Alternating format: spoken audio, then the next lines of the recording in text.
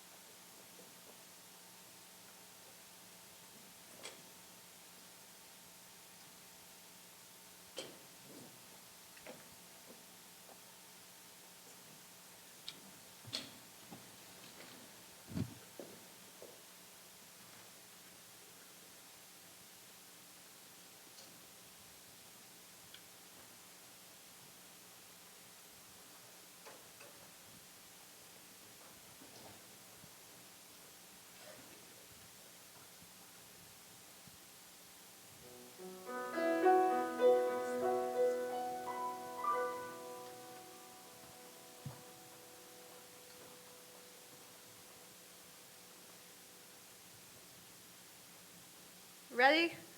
Yes, ready. Doris was born in Dortmund, Germany in 1933. She lived with her mother, father, brother Eric, and both of her grandmothers. She enjoyed a happy childhood until October of 1938. During that time, Jews of Polish origin were being arrested and sent back to Poland. Both of her grandmothers were taken. And on the morning of Kristallnacht, her life changed forever. Doris was having breakfast with her family. Her mother was 8 months pregnant. Doris! This is how you run a business. I told you, I will help you. Everybody stay where you are. Don't you move. You can't just barge in here. What do you think you're doing?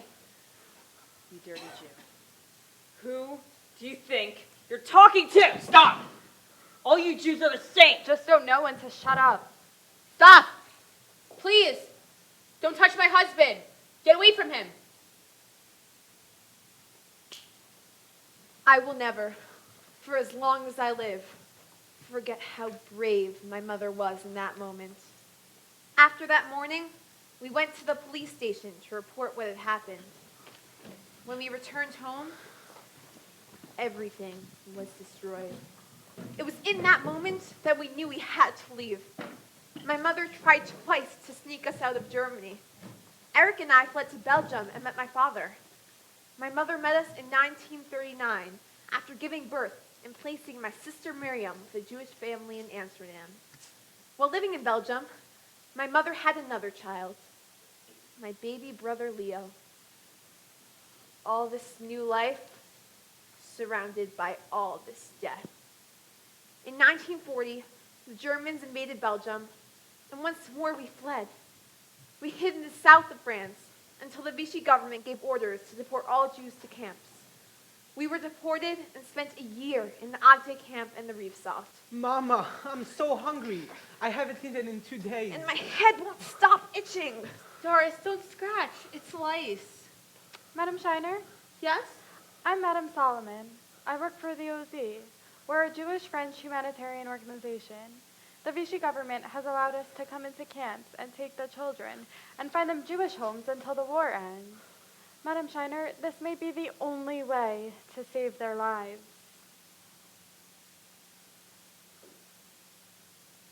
The OZ risked their own lives producing false papers and moving Eric and me into 7 different homes at night. Eventually, in 1944, we were placed into a Catholic children's home with 7 other children.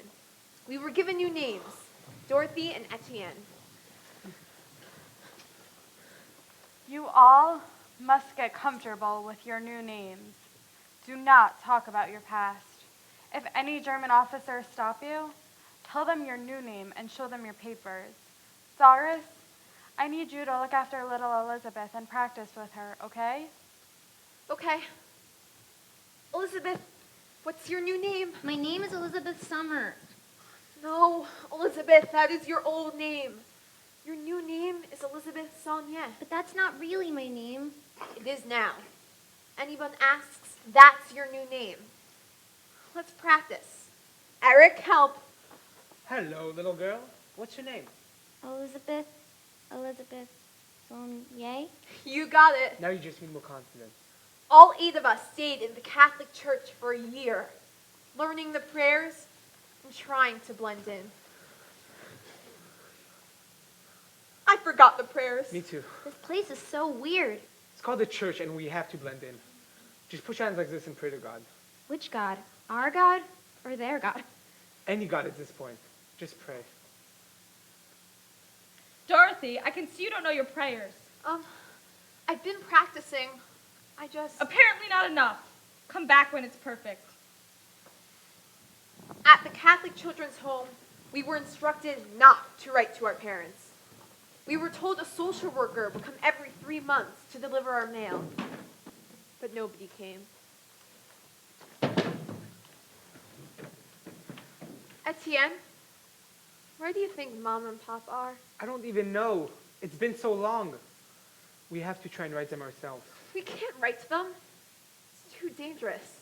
The social workers... Social workers aren't coming. This is the only way. I'll use those as guys' names. Etienne and Dorothy. Eric wrote to them, and miraculously, the letter was forwarded to where they were hiding out. A few weeks later, we got a letter back. Dear Etienne and Dorothy, I was so excited to receive your letter and to know the 2 of you are well. Both of us immediately recognized our mother's handwriting. I am living in the center of France in a small village called Macélèbre. Your cousin, Paul Pont, is with me as well. Papa! We're staying here until further notice. I miss the 2 of you terribly. Stay together and take care of each other. Love always, Paulette Mercier. And with our disguised names, this is how we communicated until France was liberated. We reunited with our parents and Leo soon after. But our sister Miriam was deported to Auschwitz and died on October 22nd, 1943. My brothers and I found this out years later at Yad Vashem, but decided not to tell our parents. We'd experienced such suffering and so many miracles along the way. After the war was a time of reuniting and rebuilding our lives.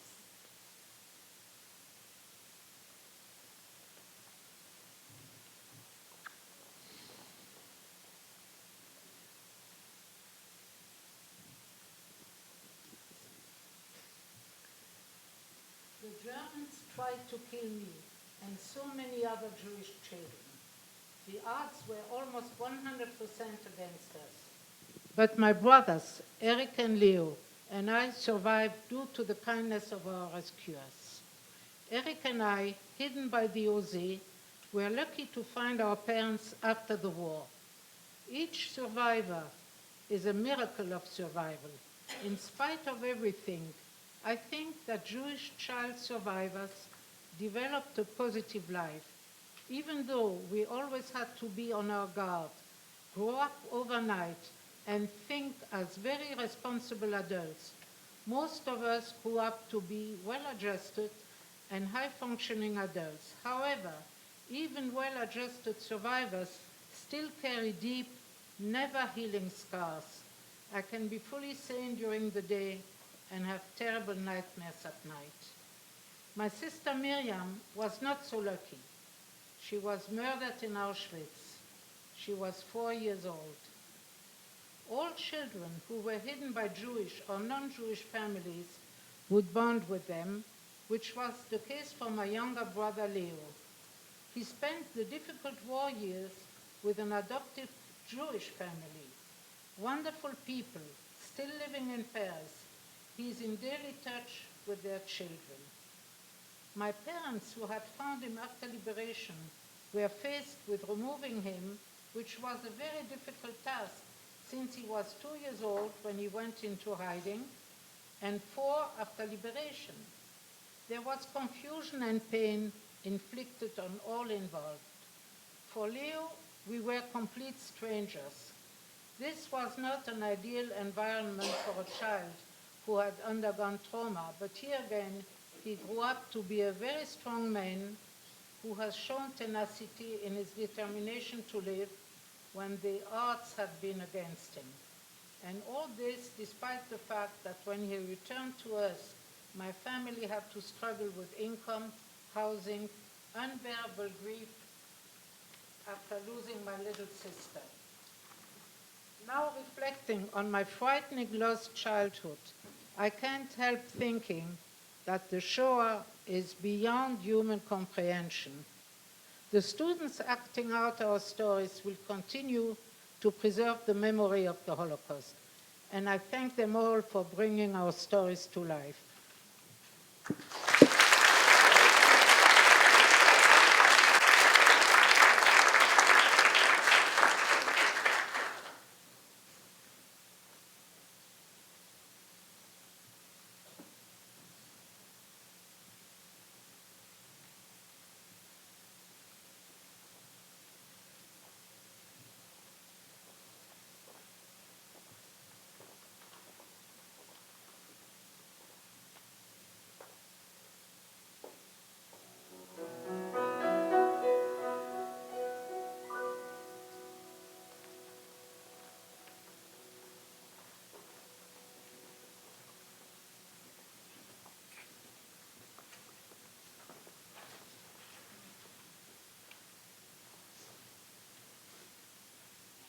Ready?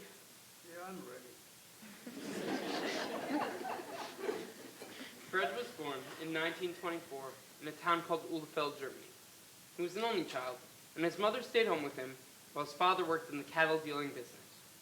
Fred's parents originally named him Siegfried Dingfelder. His town had only 800 people, and he remembers playing with all the German children until the brown shirt demonstration. Tag, you're it! You're it! You're it! You're it! You're it! Stop! Don't you know you're playing with a Jew? He's poison. Never speak to him again.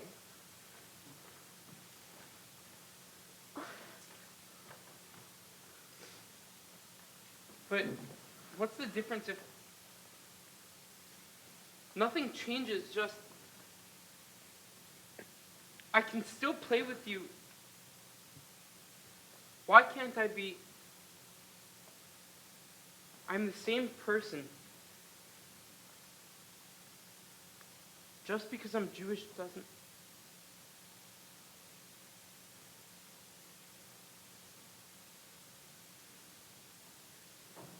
And just like that, my friendships vanished. I lost them all. As a result of the anti-Semitism, the brown shirts eventually forced my family out of our village. On the night of Kristallnacht, my father and uncle were taken and deported to Dachau. They were there for 8 months and only released under the condition that they would leave Germany. We got out 10 days before the war began. My mother, father, and I traveled from Frankfurt to London, and eventually to the States. We settled in Brooklyn, and I worked as a baker from 1940 to 1943. But in 1943, I was drafted into the American Army to go back and fight against the Germans.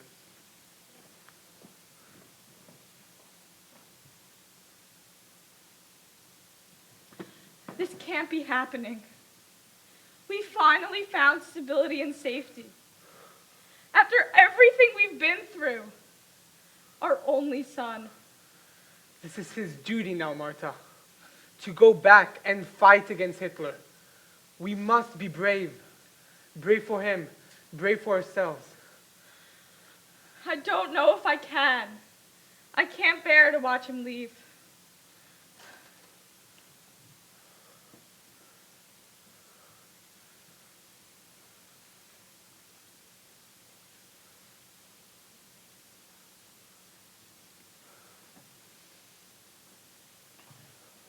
I went from basic training in New York to Texas, where I went to cooking school.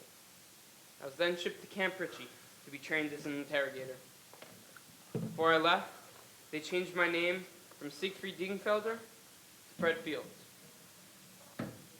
I liked the idea that I was going back to fight against Germany.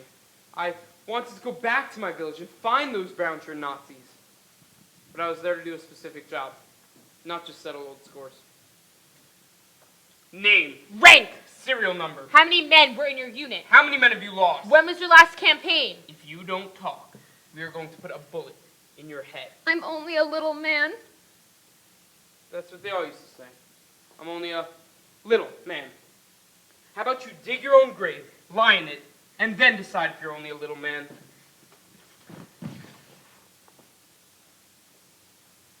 We interrogated Nazis in France, Belgium, Germany, and Luxembourg.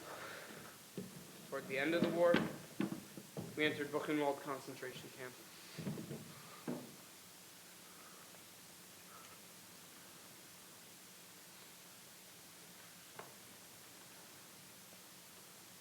An ordinary person cannot fathom what I saw. Dozens of what looked like walking skeletons, barely alive. I was left speechless. In that moment, I knew that whatever family I had left behind was now dead. As a German Jew, I felt angry and helpless over what had happened to these people. Later, my unit was rewarded with special medals for finding Napoleonic flags and standards. We were given this medal in the Louvre in Paris. I felt honored to receive the medal and proud to fight against Germany. I became a proud American and shifted my allegiance completely. You don't plan to be brave. You just follow orders and do what you have to do. And that's what I did.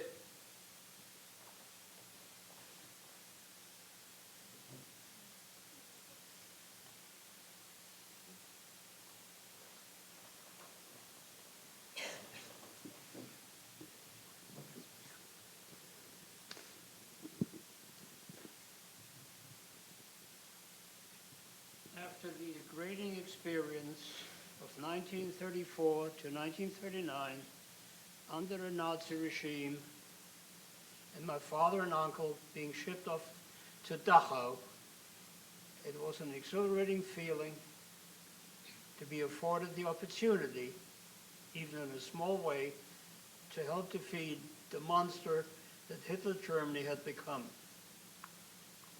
After my discharge, Mohammed Buddy Sigi took me in his convertible and parked near Columbus Circle. Two young ladies came walking up to the car and to ask and tell us their feet were very sore while they were walking through Central Park in high heels. Could they sit in the car? I married the tall one.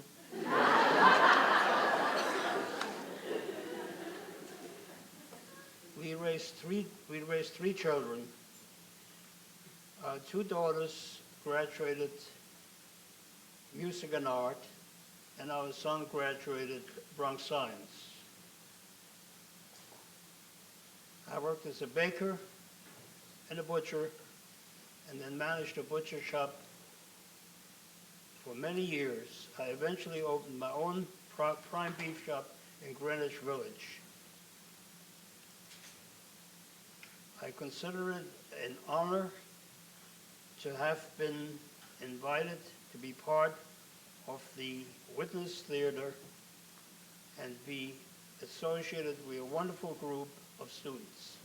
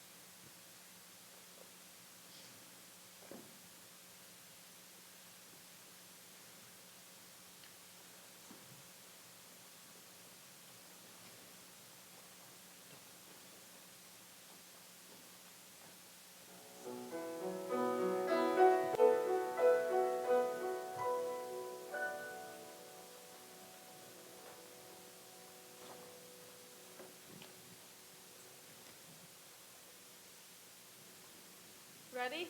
Yes, I'm ready. Sonia was born in 1935 in Malsch, Germany. She remembers her first few years being joyful, playing in her grandparents' backyard, and being surrounded by tons of family. Sonia was only 3 years old on the night of Kristallnacht, but she still remembers her feelings of fear and confusion. Come, Sonia, dinner's ready. Sit down now. I made your favorite, chicken with potatoes and applesauce. Stay where you are. No one move. What's happening? Shut up and close your mouth. Please don't hurt us. Take anything you want, but please don't hurt us. They smashed everything, from our dishes to our shelves and crystal. They went upstairs and sliced the quilts. There were feathers everywhere. Aw, look. What a beautiful picture.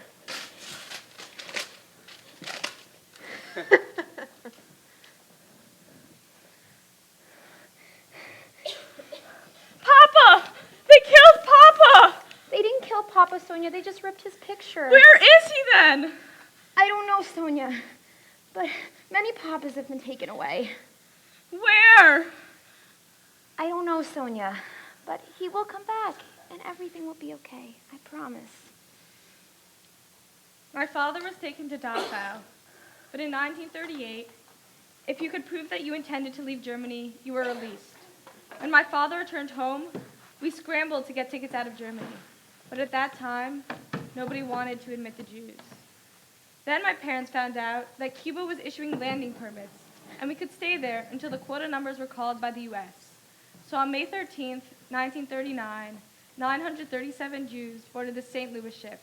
It was magnificent.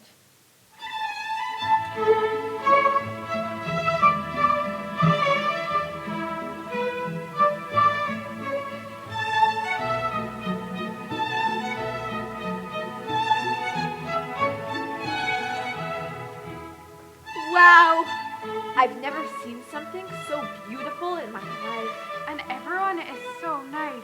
They're treating us like kings and queens. Mama, some of the people don't look like us. They have a dark colored skin. Who are they? Well, they are not Hitlers. They are good people, and that's all that matters.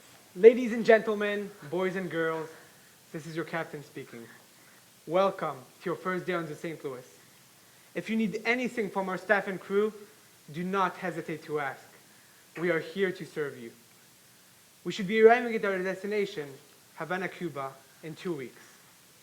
Until then, sit back, relax, enjoy the food and entertainment. Finally, people were beginning to feel hopeful about the future. We had left Germany to start our new lives. Captain Gustav Schroeder demanded that the staff treat us with the utmost respect. On Friday nights, he even let the passengers observe Shabbat. Please, instruct staff to take down the picture of Hitler in the dining room. The prayers will start soon. But, Captain, we can't... Yes, sir.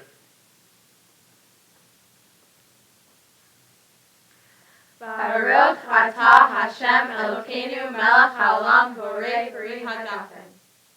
Under the care of Captain Schroeder, we felt safe and protected, so no one was prepared for what happened next. As we arrived into the Cuban waters, we could see our relatives waiting for us. We waited and waited and waited, but we never docked. Ladies and gentlemen, it seems like Cuba is refusing to recognize your landing permits. But I do not want anyone to worry, and I promise we will not be returning to Germany. We will find another solution. As soon as I know the next steps, you will be informed. We departed from Cuba and left our relatives who were waiting. We then sailed to Florida to see if the U.S. would help. But we were denied again. We were stateless refugees, floating at sea, and nobody wanted.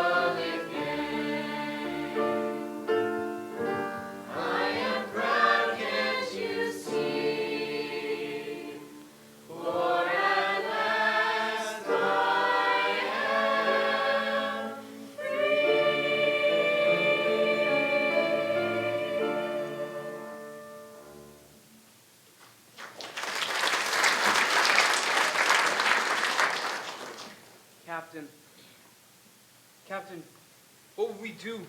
The passengers there are not well. One man has already killed himself. They are panicked. We've been aimlessly sailing for weeks. We have no choice. We must return them to Germany. We are not returning to Germany. I promised, and I am a man of my word. Some country will concede. And after 6 weeks at sea, some countries did. Ladies and gentlemen, the Joint Distribution Committee has negotiated an agreement with 4 countries that have agreed to accept you. 224 people will go to France, 214 to Belgium, 181 to the Netherlands, and 287 to Britain. I, along with my parents, 2 great aunts, and paternal grandparents, was sent to Britain. We stayed there for less than a year when our numbers were called. In 1940, we entered the U.S. We later found out, though, that 254 passengers on the St. Louis perished when Hitler invaded their country. Still to this day, I think of Captain Gustav Schroeder and his bravery and commitment to our safety.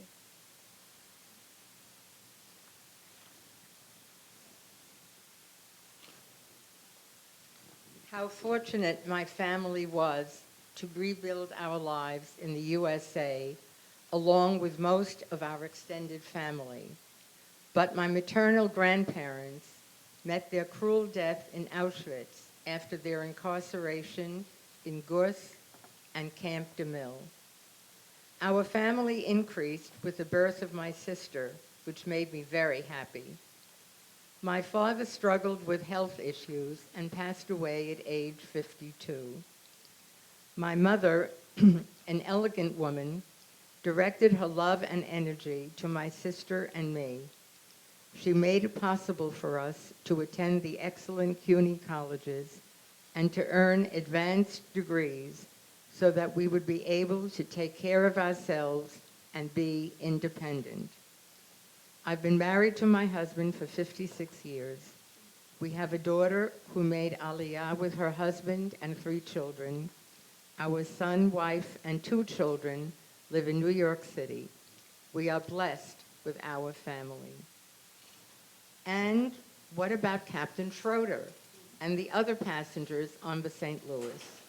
Captain Schroeder was recognized as a righteous Gentile by Yad Vashem. In 2009, on the 70th anniversary of the voyage, my sister and I attended an emotional and heartwarming reunion in Florida with 32 passengers and their families. The children on the ship grew up to lead productive lives and have made significant contributions in science, medicine, law, education, and the military. Some of them are internationally prominent. I have great admiration for all the students who volunteered after a long school day to participate in witness theater. You have enriched our lives with your warmth, dedication, insights, and sensitivity. You will ensure that the Holocaust will not be forgotten or denied. You are our hope for the future.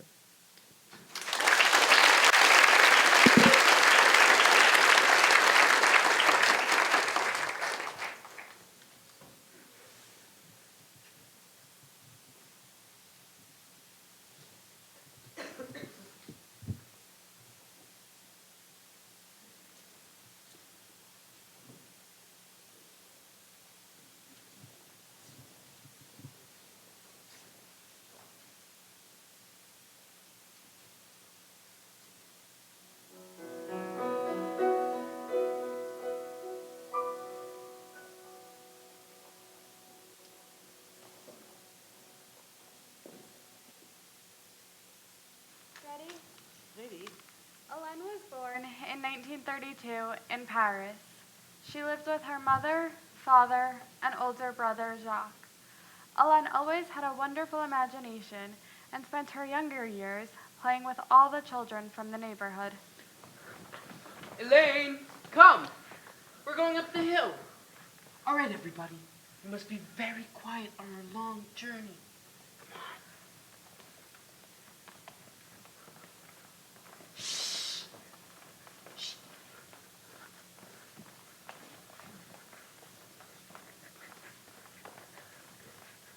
We've arrived. I want to look first. What do you see? I see pirates. Tons of them. I think they're searching for us. Oh, let me see. They're everywhere. Don't worry, everyone. We're safe on this hill. Let's build a fort. Boring. Okay, what else should we do? Let's slide down the hill.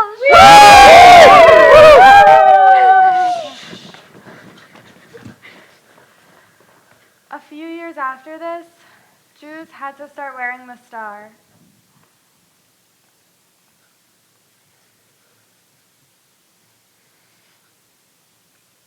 I was the only Jewish kid at school, and it always made me feel so different. Let's pick teams. Okay. I want Pierre. I want Marie. I want Monique. I want Francois. I definitely want Claudette. I don't want Elaine. That's not fair. Well, I don't want that Jew on my team either. Let's just leave her out. I don't want that poison blood near me anyway. I wanted to scream, I have blue blood just like you. My blood is not rotten. But this is how I always felt. Different. Like I had a shameful disease. Even walking down the streets, people would just stare.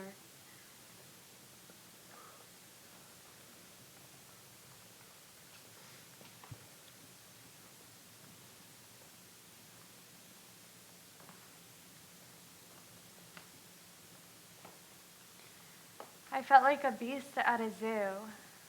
And then, in 1943, a miracle happened. German soldiers entered into our building. We could hear the clinking of their boots and them singing Lily Marlene. The Reeses are living on the 3rd floor, correct? Yes, they should be in their apartment right now. We were frozen. We didn't move a muscle until we realized they had gone to the wrong apartment. Open this door, we'll knock it down. All right, we're coming in. They broke down the door, but the apartment was vacant. Where are you, dirty Jews? You can't hide forever. Looks like they escaped. No matter. Let's come back tomorrow. In the meantime, let's seal up the apartment so they can't return. And just like that, we were saved. It was the first of many miracles to happen. But during that time, I always felt watched.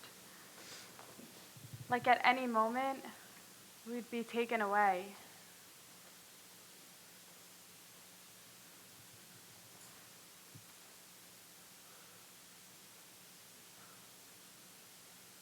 Papa, out the window, is that a... Hélène, be still. Do not move.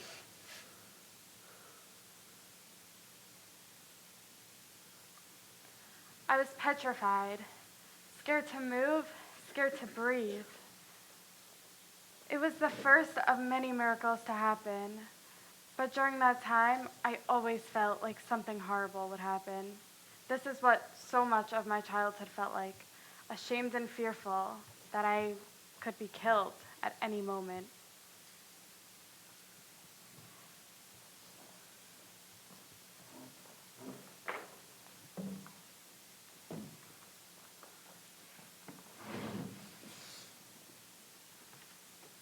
Fangs, fur, claws, and horns. These are me and not me. I am only a girl with shame built inside me, causing horns to grow, forcing them, tearing through my skull and soul alike. Alienation, my natural state, for I was born with a curse so horrible, so vile, so evil, that its existence lives in my breaths and the beatings of my heart and your words. I wish I were the monster, so I wouldn't be afraid. I wish I were the monster, so I would deserve your hate. I wish I were the monster, so I can have something to blame. Sadly, I'm not the monster. The monster towers before me, standing in your place. I am not the monster. The monster towered before me. You were not the monster. The monster towered before you.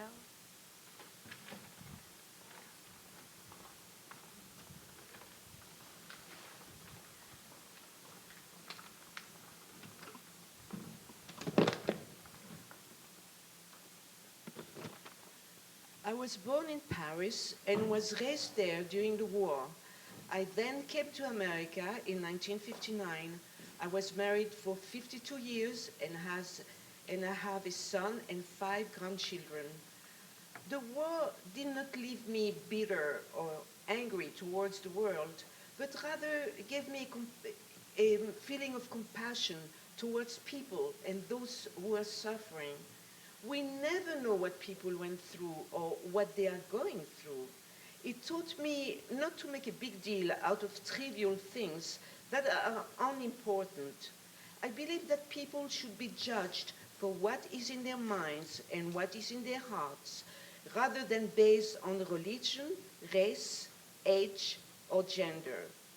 I have had quite a few tribulations in my life.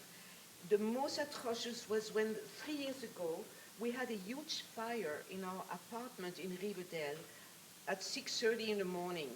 My husband tried to extinguish the fire before the firemen came and was burned on the face and neck, stayed a month in the hospital, and then died from his injuries without regaining consciousness.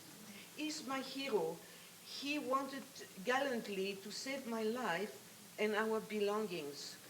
I am grateful to have survived the tragedy and also grateful to be part of today's play and to be able to tell you a little bit about my life in Paris as a child under the Nazi occupation.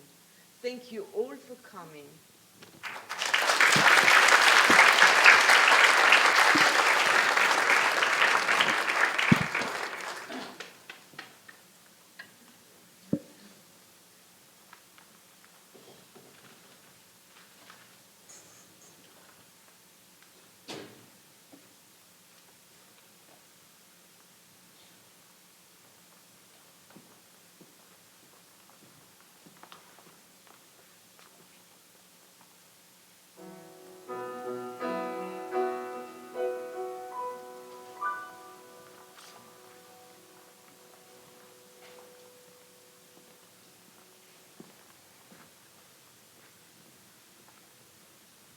Ready?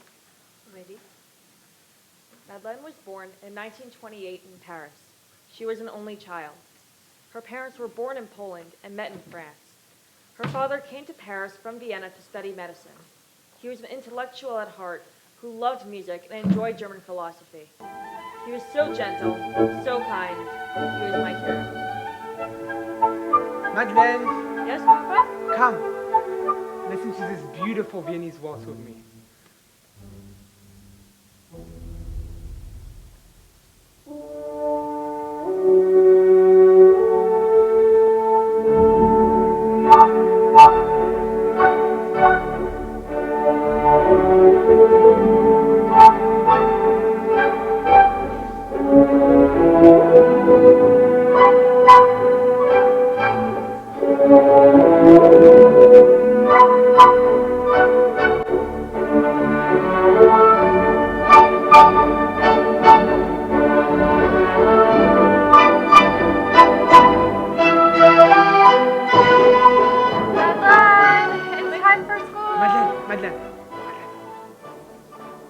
Here. Don't tell your mom. Every week, Papa would give me a little bit of his leftover money. Thank you, Papa. This weekend, I will take you to the Turie. I hear they're performing Carmen. Every so often, Papa would take me to the free outdoor concerts in the Turie. We would stand there for hours just listening. It was my favorite thing to do.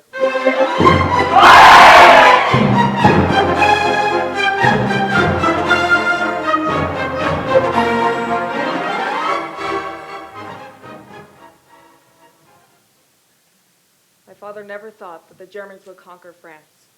But in 1940, my father and I stood in shock as German SS tanks rolled down Rue de Rivoli. I remember they were dressed in black. Everything was black.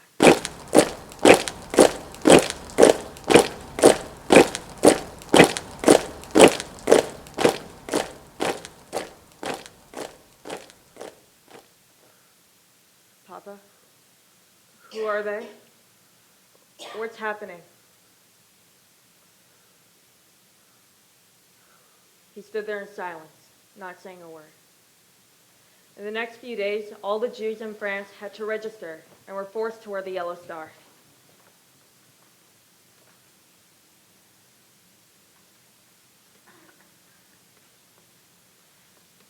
Being Jewish never mattered before, but all of a sudden... Medline, you're Jewish?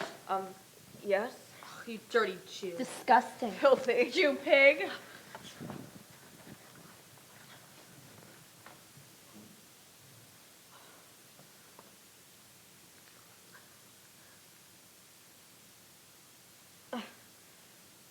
All you Jews think you're so clever.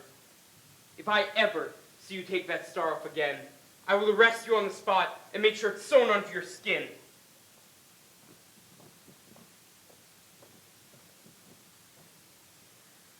I was a teenager. I just wanted to belong and feel free. So I did it a few more times. But I never got caught. I could have gotten killed for this, but I didn't. These were miracles. On July 16th, 1942, another miracle happened.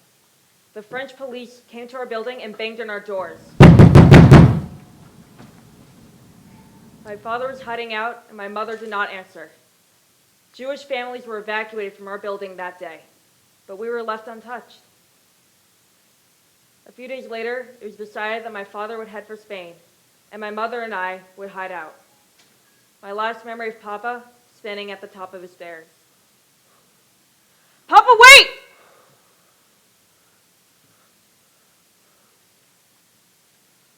I love you, Madeleine. Take care of your mom. I will see you all soon.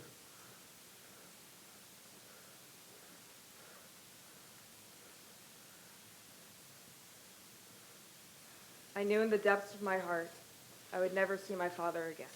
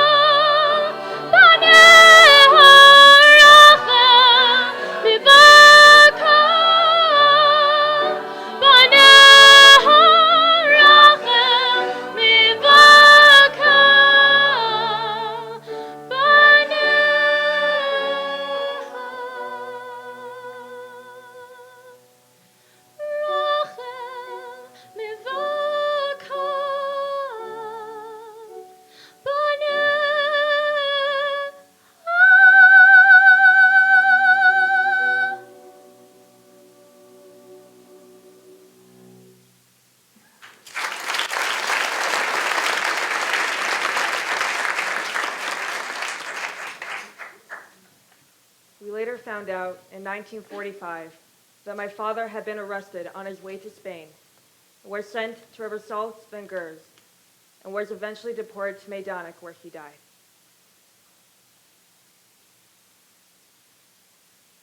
My mother and I spent the next few years hiding out in a Jewish ghetto called the Plexel. We then went to Vichy, France, and stayed with a French family called the Perriers. On the day of liberation, they played the first few bars of Beethoven's Fifth Symphony on the radio, and I thought of my father. There is not a day that goes by that I do not think of my father and the music we share together.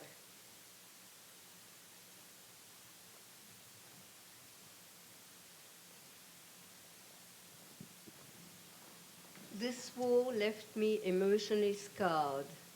I lost my father, I lost my family, I lost my home, I lost many of my school friends, I was robbed of my childhood, and I still relive the terror when I hear sharp knocks on a door. Nonetheless, I survived, and that is a miracle in itself. I managed to rebuild my life. After Paris, I lived in Israel on a kibbutz, then went to South Africa, where I spent most of my life. I learned English, had 2 daughters, worked, married twice. I then emigrated to the United States to join my 2 wonderful daughters and my 3 very, very special grandchildren, my whole family. And here I am, still working. Before concluding, I must quote my father's motto, Leben und Leben lassen, translated as live and let live. I just would love these words to echo around the world through all the different nations, and maybe we will all live together in peace. This is also my opportunity to thank with all my heart each and every student who undertook this momentous task, the living story of the Holocaust. Thank you again, and of course, a deep gratitude to Jessica who made it all happen, and to Ronnie, Michaela, and Tamar who coordinated this extraordinary program.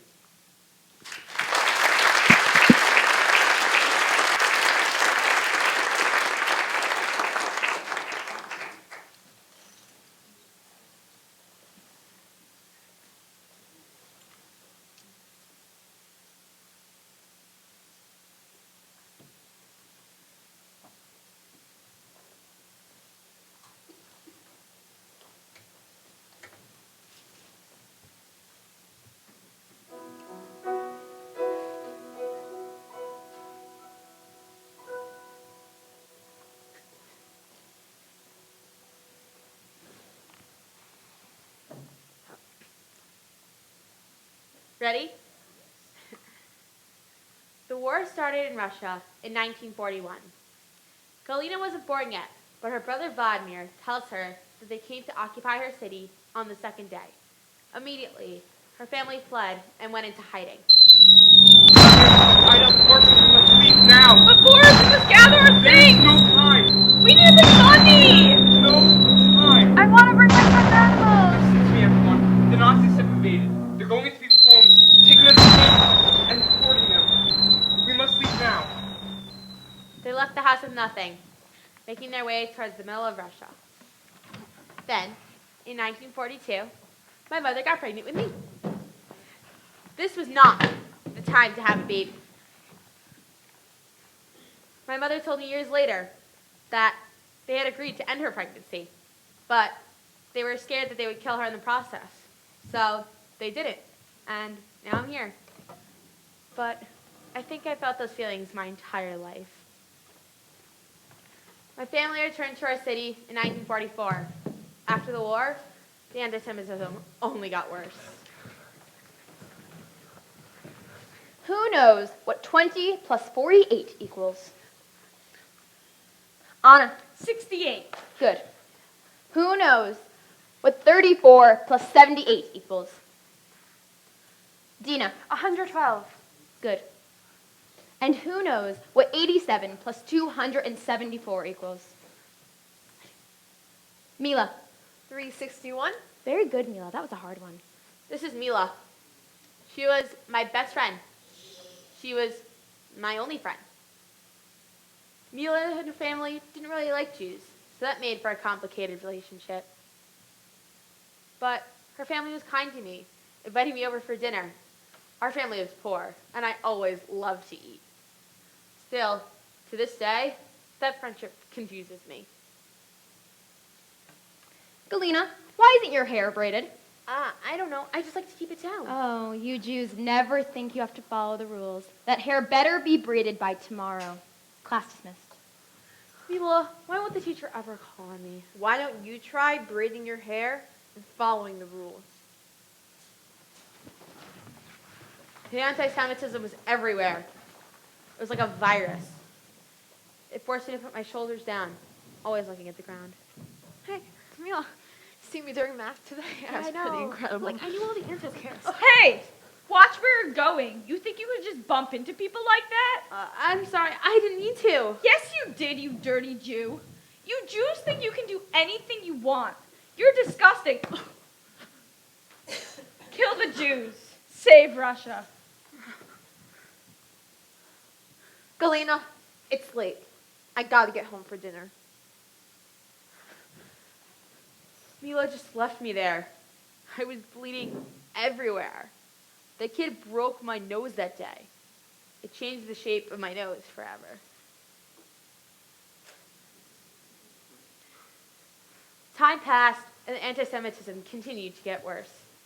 I met my husband Joseph and had 2 sons.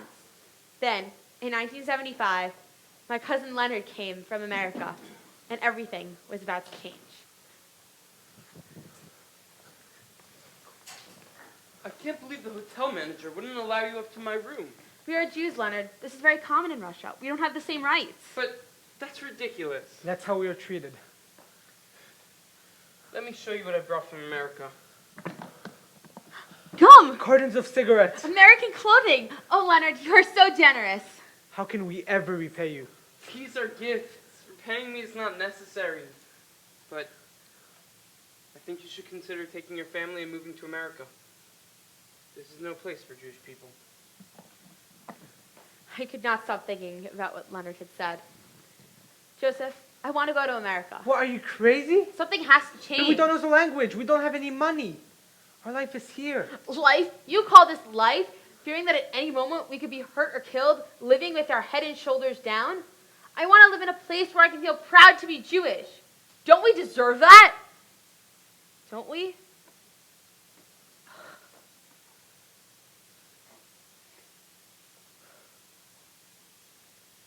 We're going. Time passed, and my cousin Leonard sent us the paperwork to begin the long process of bringing our family to America. Completing all the documents, traveling to get signatures, receiving and sending out all the papers was terrifying. At every moment, I feared for our lives. But in 1975, I, Joseph, and my 2 sons came to America.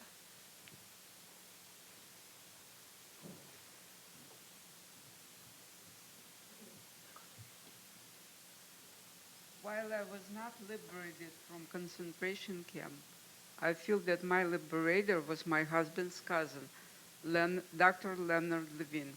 He liberated us from the Soviet regime and from anti-Semitism.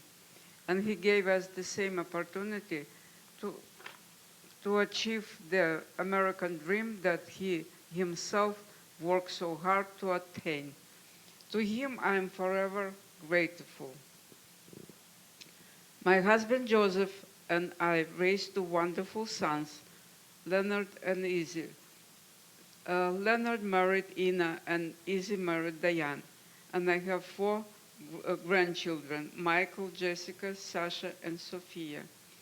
I'm so appreciative that they all get to live in a country where they are free to pursue their dreams.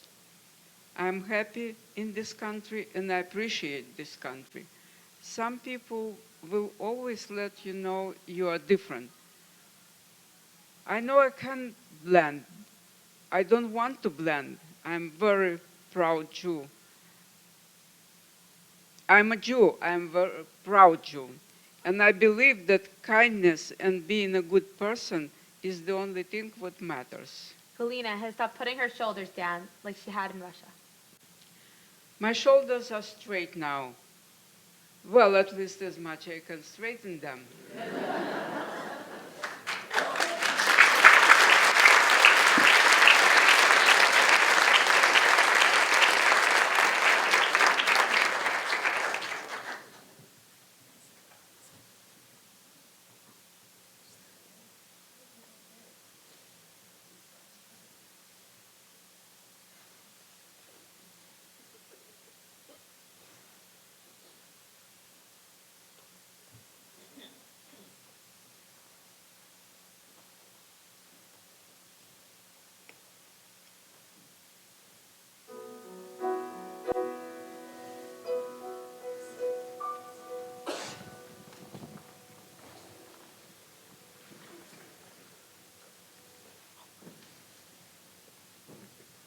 Ready?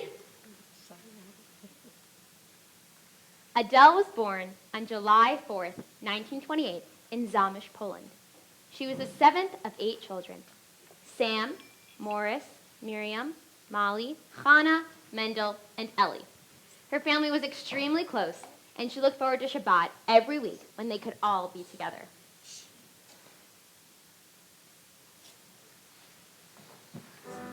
Adele, my love, come, it's time for prayers.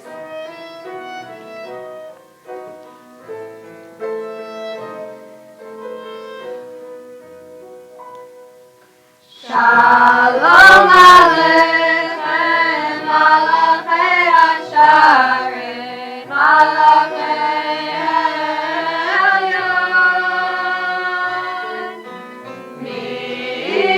Melech Malchei HaMelachim, HaKadosh Baruch Hu. In 1938, my parents left for the U.S. The plan was that we would soon follow them. But in 1939, the war broke out. My town was gone! So I, along with my brothers and sisters, escaped to Russia. We stayed there for 2 years. We went to school, and we felt safe. But in 1941, Hitler broke his pact with Stalin and invaded Russia. My siblings and I hid out in a barn for days with another family named the Goizmans, until the farmer who owned the barn chased us out because the Germans were close. My siblings, the Goizmans, and I headed to find my older sister who was living in a nearby town. All right, let's go. But we didn't get far.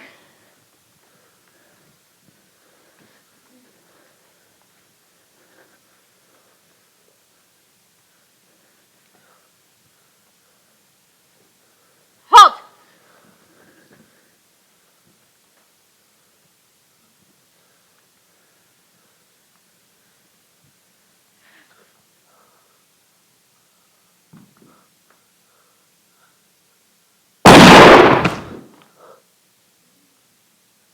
Before long, my siblings and friends were all gone.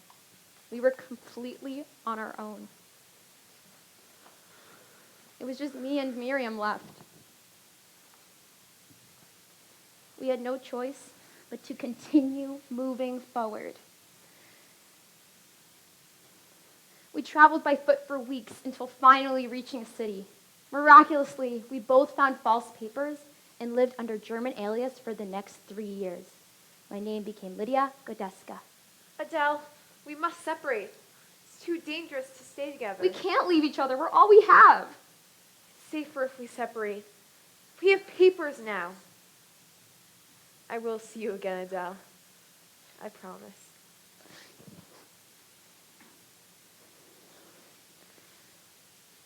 Miriam and I spent the next 3 years apart, living our disguised German lives.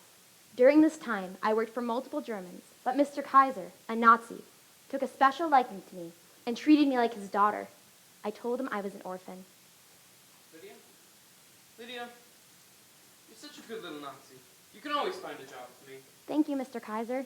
Lydia, the Americans and Russians are getting closer.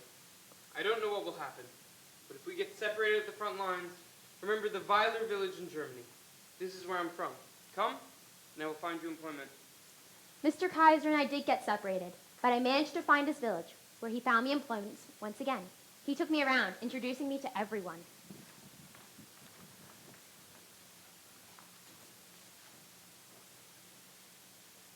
Ah, Miss Schmidt, please, meet Lydia Godeska. She is the most amazing Nazi German. Nice to meet you, Lydia Godeska. I hear you are an amazing worker. And Miss Baker, please, meet Lydia Godeska. She's the most amazing little Nazi you will ever know. It's wonderful to meet such a hard-working little Nazi. If you ever need anything, don't hesitate to ask. This is how I lived for 3 years, in disguise. It's the thing that saved my life. I was always scared that someone would find out, but no one ever did. On April 21st, 1945, we were liberated, and Miriam and I were finally reunited. We continued living our disguised German lives for a few more months, until a Jewish American soldier befriended us, and we told him everything. We then met many other American soldiers. They gave us food, found us work, and eventually helped us find our parents in Brooklyn. We hadn't seen our parents in 8 years. We arrived home on a Friday, just before Shabbat. The tablecloth, silverware, and food were prepared just like they always were back in Poland. But it was bittersweet, feeling the loss of my brothers and sisters.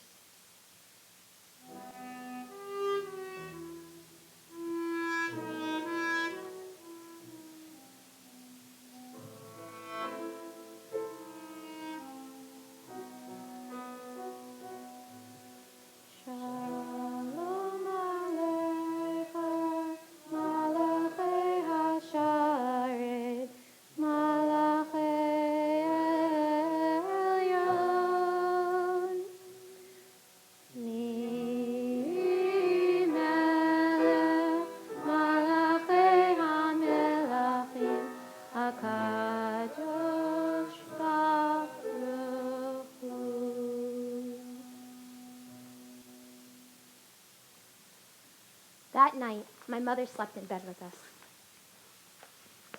gripping our hands tight the whole night. She didn't let go.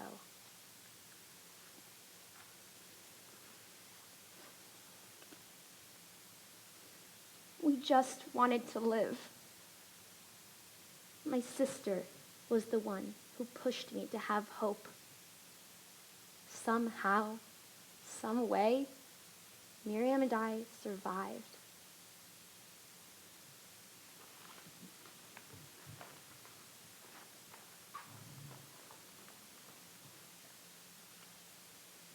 I will now read on behalf of Adele. Surviving the Holocaust was a miracle, and getting reunited with her parents after 8 years on May 22nd, 1946, was a dream come true. She started her new life in America working for the HIAS, Hebrew Immigrant and Aid Society, in the location department, translating the many letters in Polish, Russian, and German. These letters were received from Holocaust survivors looking for relatives in America. Adele loved her job, which gave her so much satisfaction in helping families reunite. She even met her husband there. Adele was sad to leave the HIAS in 1951, but she was entering a new phase in her life. She wanted to become a mother. Adele had 2 lovely children, Bernice and Howard, which was very rewarding. Adele never shared her story until very recently. She never wanted to burden anyone, so she thanks you for letting her share it with you.